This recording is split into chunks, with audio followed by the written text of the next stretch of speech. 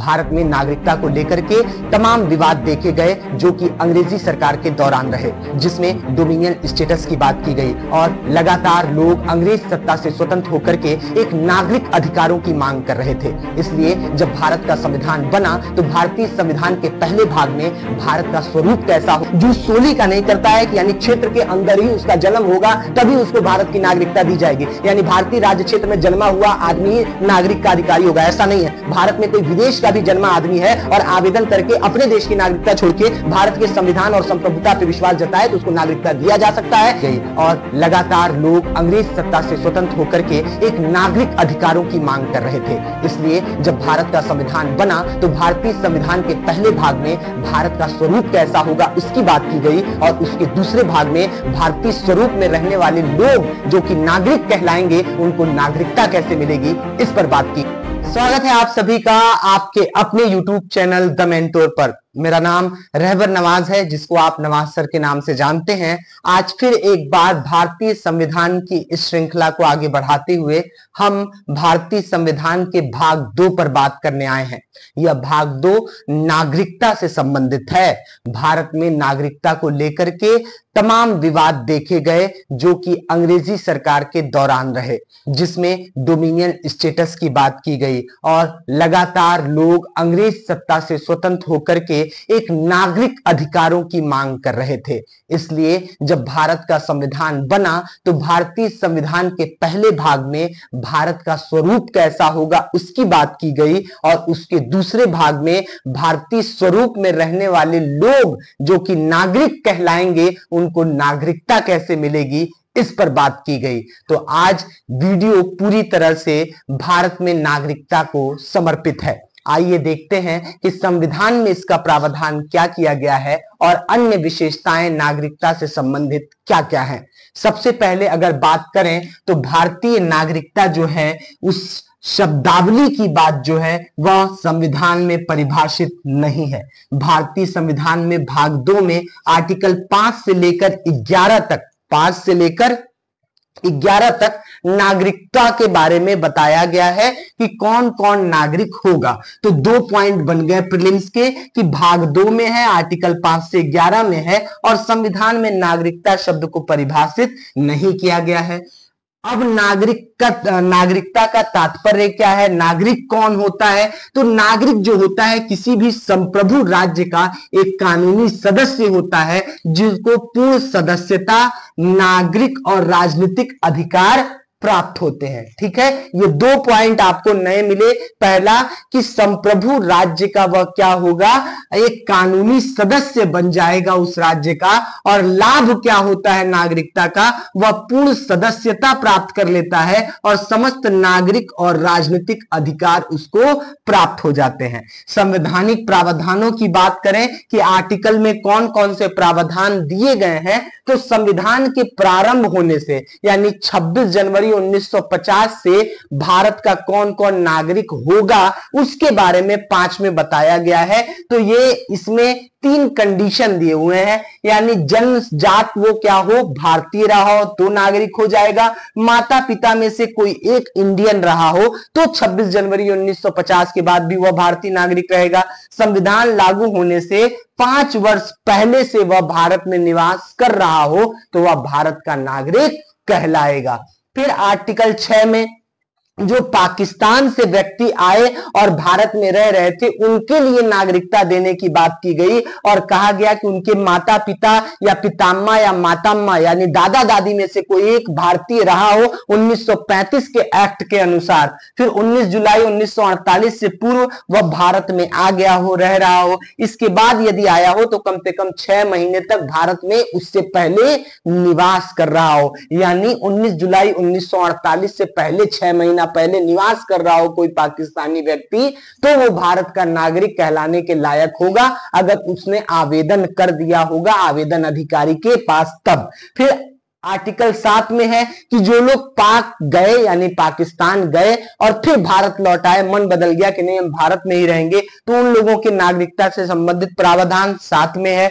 फिर आर्टिकल 8 में है भारतीय मूल के लोगों से संबंधित कैसे कौन सी नागरिकता होगी, जो पहले भारत के नागरिक थे, सदस्यता छोड़ के कहीं और चले गए, उनका बच्चा वगैरह तो भारतीय मूल का नागरिक कहलाएगा। ठीक है, भारतीय मूल के लोग कहलाएंगे। फिर 9 जो है दूसरे देश की सिटीजनशिप लेने पर भारतीय सिटीजनशिप रद्द हो जाती है, आर्टिकल 9 में बताया है। 10 में कहा है कि ये जितने भी प्रावधान दिए गए हैं इन प्रावधानों के तहत ही नागरिकता आपको प्राप्त होगी या फिर संसद जो कानून बनाए वो। अगला कहा है 11 में, यह पॉइंट आपको याद करने लायक है कि only parliament can amend in citizenship act, and citizenship act जो है सिर्फ और सिर्फ पार्लियामेंट ही बना सकती है, यानी नागरिकता पर कानून बनाने का अधिकार सिर्फ संसद यानी भारत सरकार को मिला हुआ है। इसीलिए सबसे पहला नागरिकता कानून 1955 में बना, फिर 86 में संशोधन, 92 में संशोधन, 2003, 2005 और 2019 में संशोधन करके वापस से क्या किया गया कि जो पड़ोसी राष्ट्र है हमारे पाकिस्तान, बांग्लादेश, अफगानिस्तान, यहां से जितने भी लोग अल्पसंख्यक समुदाय से संबंधित हैं और भारत आ गए उनको नागरिकता देने की बात सीएए में की गई है। ठीक है, अब अगर विशेष बात करें कि नागरिकता से संबंधित क्या क्या पॉइंट आपको एकदम याद होने चाहिए, तो पहला है भारत में जो है जूस सैंग्विनिस से भारतीय राष्ट्रीयता नापी जाती है, यानी कहने का तात्पर्य यह है कि भारत में जो राष्ट्रीयता है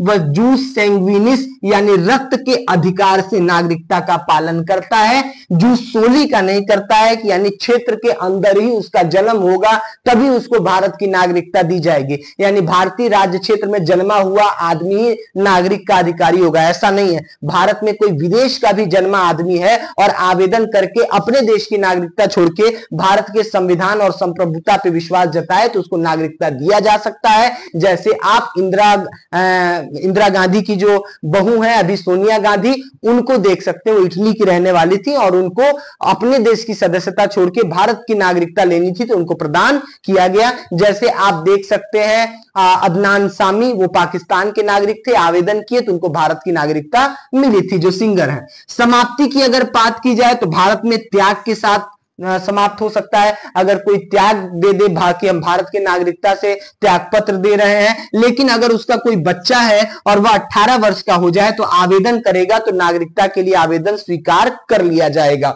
फिर समाप्ति, अगर कोई स्वेच्छा से विदेश की नागरिकता प्राप्त कर रहा है कि कोई चला जाए और स्विट्जरलैंड की नागरिक बनना चाहे, अमेरिका का नागरिक बनना चाहे तो बन सकता है, वहां की सरकार अगर दे दे, लेकिन तुरंत उसकी भारत की नागरिकता खत्म हो जाएगी क्योंकि भारत में दोहरी नागरिकता नहीं है कि आप विदेश के भी रहे, भारत के भी रहे या फिर भारत के भी नागरिक हो और राज्य के भी नागरिक हो, ऐसा नहीं, ओनली भारत के नागरिक। फिर वंचित करना, भारत सरकार जो कानून बनाएगी और जिस प्रकार से प्रावधान करेगी उसके अनुसार आप की नागरिकता को वंचित किया जा सकता है नागरिकता से।